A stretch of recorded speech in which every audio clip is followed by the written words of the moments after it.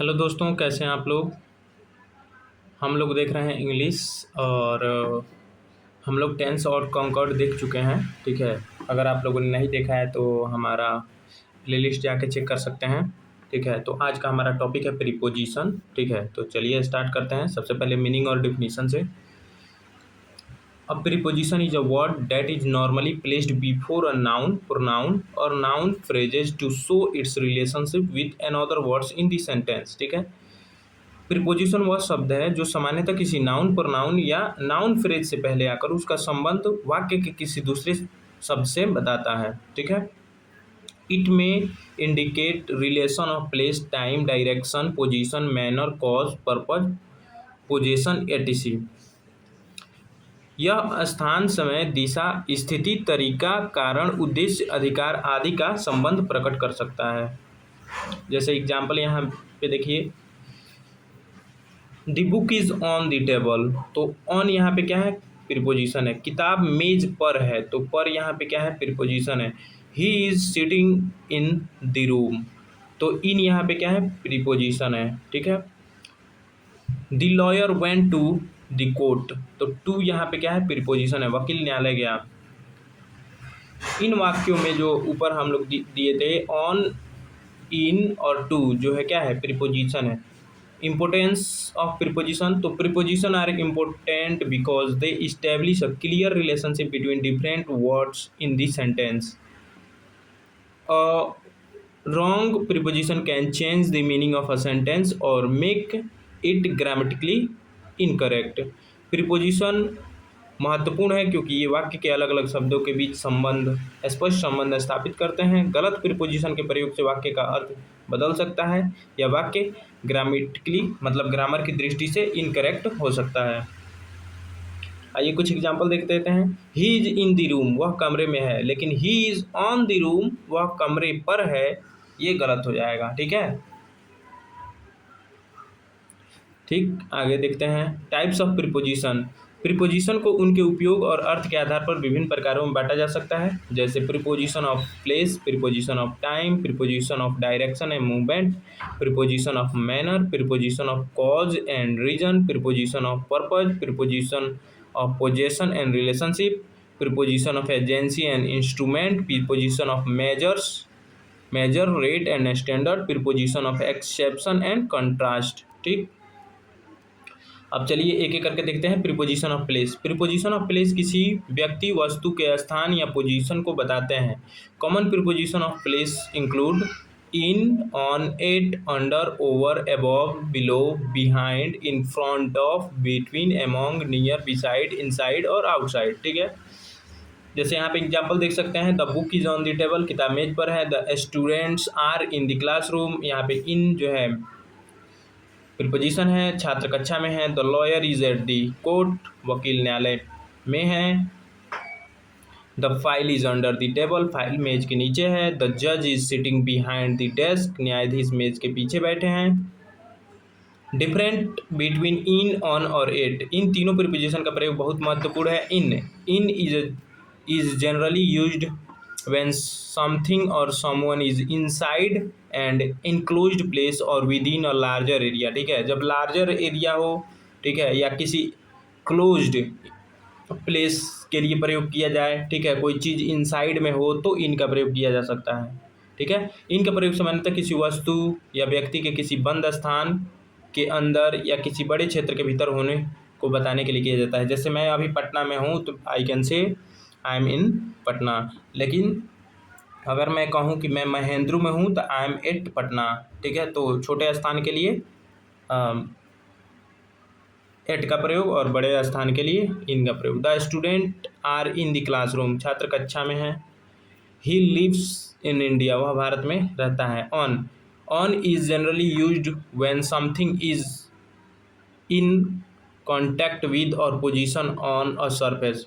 On का प्रयोग सामान्यतः तब किया जाता है जब कोई वस्तु किसी सतह के ऊपर या उसके संपर्क में हो। ठीक है, जैसे the book is on the table, the notice is on the wall, सूचना दीवार पर है। ठीक है, at is generally use to indicate a specific point और लोकेशन। ठीक है, एट का प्रयोग सामान्यतः किसी विशिष्ट स्थान या पॉइंट को बताने के लिए किया जाता है, ठीक है। जैसे he is at the railway station, वह रेलवे स्टेशन पर है। The lawyer is at the court, वकील न्यायालय में है। Preposition of time, preposition of time किसी कार्य के समय को बताते हैं। Common preposition of time are at, on, in, since, for, from, until, till, by, during, before और आफ्टर, ठीक है। जैसे at is used for a specific point of time, at का प्रयोग किसी निश्चित समय के लिए किया जाता है। जैसे the court start at 10 AM, ठीक है, न्यायालय सुबह 10 बजे शुरू होता है। ही अराइव्ड एट मिडनाइट, वह आधी रात को पहुंचा, ठीक है। On is used with particular days and dates, on का प्रयोग विशेष दिन और तारीख के साथ किया जाता है। जैसे एग्जाम्पल देख सकते हैं, the court will hear the case on Monday, न्यायालय सोमवार को मामले की सुनवाई करेगा।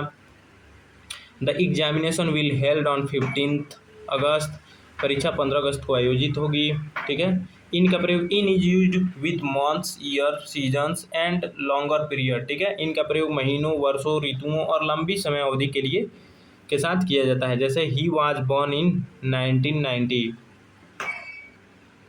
ठीक, उसका जन्म 1990 में हुआ था। The examination will held in December, ठीक, परीक्षा दिसंबर में आयोजित होगी। Use of since and for, since का प्रयोग स्टार्टिंग पॉइंट ऑफ एक्शन और पीरियड ऑफ टाइम, ठीक है, कोई पीरियड ऑफ टाइम हो तो उसके लिए आरंभिक बिंदु को बताने के लिए किया जाता है सीन्स का प्रयोग, ठीक है। जैसे यहाँ पे देख सकते हैं, he has been practicing law since 2015, वह 2015 से कानून की प्रैक्टिस कर रहा है, ठीक है। तो जो पीरियड ऑफ टाइम है, जैसे कुछ समय के से लेकर अभी तक वो कर ही रहा है प्रैक्टिस, तो उसके लिए वो पीरियड हो गया, ठीक है, ड्यूरेशन, उसके लिए किया जाता है सिंस का प्रयोग, ठीक है। फॉर का प्रयोग लेंथ ऑफ टाइम के लिए या ड्यूरेशन के लिए किया जाता है, ठीक है। फॉर का प्रयोग किसी कार्य की अवधि बताने के लिए किया जाता है। He has been practicing law for 10 years, ठीक है। तो वहाँ पे था कि वो पॉइंट ऑफ टाइम के लिए बताया जाता था, यहाँ पे जो है एकदम एग्जैक्ट टाइम जो ड्यूरेशन है उसको बताया जा रहा है, ठीक है। याद रखने का आसान तरीका है कि स्टार्टिंग पॉइंट सिंस का प्रयोग और ड्यूरेशन फॉर का प्रयोग, ठीक है। Preposition of direction and movement, ये प्रीपोजिशन किसी व्यक्ति या वस्तु की दिशा या मूवमेंट को बताते हैं। कॉमन एग्जाम्पल क्या है, टू है, इनटू है, टुवार्ड्स है, फ्रॉम है, थ्रू है, अक्रॉस है, लॉन्ग है, टुवार्ड्स है, आउट ऑफ। जैसे एग्जाम्पल है, the lawyer went to the court, वकील न्यायालय गया। He walked into the court room, वह न्यायालय कक्ष के अंदर चला गया, ठीक। The accused came from the village, अभियुक्त गांव से आया। The officer walked through the corridor, अधिकारी गलियारे से होकर चला। इन एंड इनटू, इन दोनों का अंतर समझना बहुत महत्वपूर्ण है। जैसे in generally indicates the position और state of being inside the place, ठीक है। इन सामान्यतः किसी स्थान के अंदर होने की स्थिति को बताता है। The lawyer is in the court room, ठीक है। इनटू एक चीज़ से दूसरे चीज़ में अगर परिवर्तन हो रहा है, ठीक है, तब उसके लिए, या एक जगह से दूसरे जगह। Into indicates the movement from outside to inside, ठीक है। इनटू बाहर से अंदर जाने की मूवमेंट को बताता है। The lawyer went into the court room, वकील न्यायालय कक्ष के अंदर गया, ठीक है। जैसे बॉय, मतलब लड़का नदी में कूद गया, ठीक है ना, तो जम्प्ड इनटू द वाटर, ठीक है, तो इनटू का प्रयोग होगा, ठीक। Between and among, between is generally used when referring to person और थिंग्स और टू इंडिकेट्स इंडिविजुअल एंटिटीज, ठीक है। तो दो के लिए बिटवीन का प्रयोग, दो से ज़्यादा के लिए अमंग का प्रयोग किया जाता है। बिटवीन का प्रयोग सामान्यतः दो व्यक्तियों, वस्तुओं अथवा अलग अलग पहचाने जा सकने वाले एंटिटीज के बीच संबंध बताने के लिए किया जाता है, ठीक है।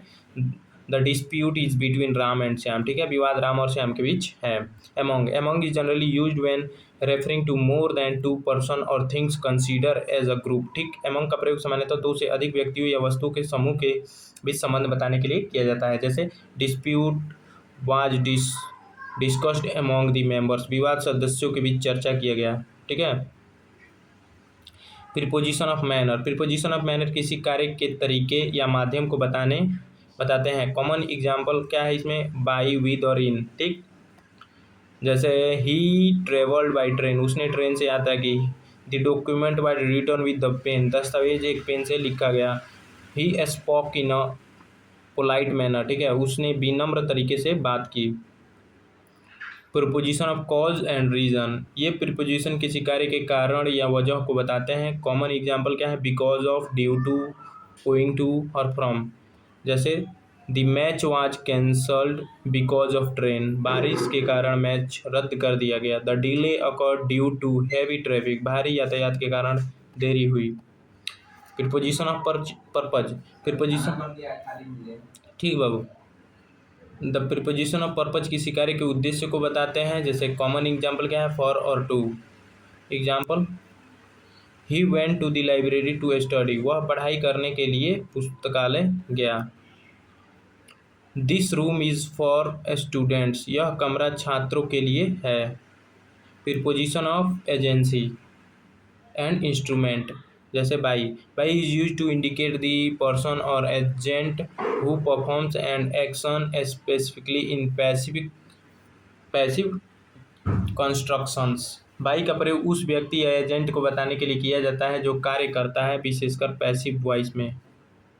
जैसे the judgement was delivered by जज, निर्णय न्यायाधीश द्वारा सुनाया गया। With is use to indicate the instrument और means use to perform an action, with का प्रयोग उस इंस्ट्रूमेंट या साधन को बताने के लिए किया जाता है जिसके द्वारा कोई कार्य किया गया है। जैसे he wrote the letter with the pen, उसने पेन से पत्र लिखा। इम्पोर्टेंट अब डिफरेंस तो देख लीजिएगा। इम्पोर्टेंट प्रीपोजिशन फ्रेजेज, कुछ प्रीपोजिशन दो या दो से अधिक शब्दों के समूह के रूप में भी प्रयोग होते हैं, इन्हें प्रीपोजिशनल फ्रेज कहा जाता है। जैसे अकॉर्डिंग टू के अनुसार, बिकॉज ऑफ के कारण, इन फ्रंट ऑफ के सामने, इन स्पाइट ऑफ के बावजूद, इंस्टीड ऑफ के बजाय, इन एडिशन टू के अतिरिक्त, ऑन बिहाफ ऑफ की ओर से, विद रिगार्ड टू के संबंध में, बाय मीन्स ऑफ के माध्यम से, इन अकॉर्डेंस विद के अनुसार। ठीक है,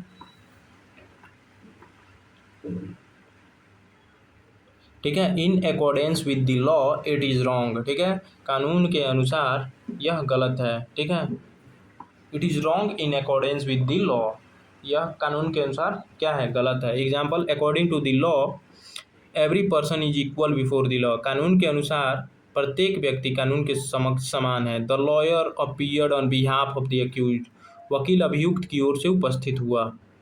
ही continued his work in spite of the difficulties, उसने कठिनाइयों के बावजूद अपना कार्य जारी रखा। ठीक है, इंपॉर्टेंट रूल्स ऑफ प्रीपोजिशन, तो रूल 1 देख लेते हैं।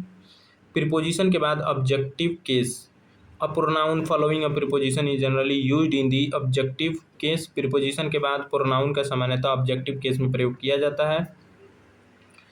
एग्जाम्पल यहाँ देख सकते हैं कि this matter is between you and me, यह मामला तुम्हारे और मेरे बीच है, लेकिन ऐसे प्रयोग करना गलत होगा। This matter is between you and I, ठीक है,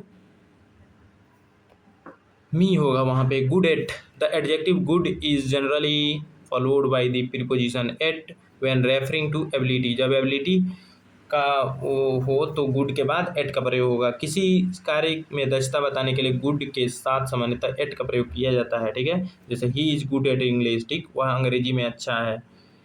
interested in, the adjective interested is followed by in, ठीक है ना, इंटरेस्टेड के बाद इन का प्रयोग किया जाता है। जैसे she is interested in law, उसे कानून में रुचि है। Depend on, the verb depend is followed by on, depend के बाद ऑन का प्रयोग किया जाता है। जैसे success depends on hard work, सफलता मेहनत पर निर्भर करती है। Listen to, the verb listen is followed by to, listen के बाद टू का प्रयोग किया जाता है। Listen to the teacher carefully, शिक्षक की बात ध्यान से सुनो।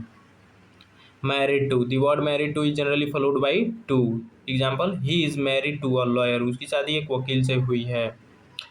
प्रीफर्ड टू, ठीक, the verb preferred is generally followed by to when comparing two things, ठीक है, दो चीज़ों के बीच प्रेफरेंस बताने पर प्रीफर के साथ सामान्यतः टू का प्रयोग किया जाता है। जैसे I prefer tea to coffee, मैं कॉफ़ी की अपेक्षा टी पसंद करता हूँ। तो देख लीजिए यहाँ पे टू का प्रयोग से कितना अर्थ बदल रहा है। I prefer tea to coffee, मैं कॉफ़ी की अपेक्षा टी पसंद करता हूँ। Different from, the adjective different is generally followed by from, different के बाद सामान्यतः फ्रॉम का प्रयोग किया जाता है। जैसे this case is different from that case, यह मामला उस मामले से अलग है। Comply with, the verb comply is followed by with, comply के बाद विथ का प्रयोग किया जाता है, जैसे everyone must comply with the law, सभी को कानून का पालन करना चाहिए। Accused of, the word accused of is followed by of when indicating an allegation, ठीक है, आरोप या अभियुक्त को व्यक्त करने के लिए एक्यूज्ड के साथ ऑफ का प्रयोग किया जाता है, ठीक है, जैसे ही वाज एक्यूज्ड ऑफ थेफ्ट, उस पर चोरी का आरोप लगाया गया था। अब कुछ कॉमन एरर्स यहाँ पे देख सकते हैं, जैसे he is good in English, ये गलत है, he is good at English होगा, ठीक है।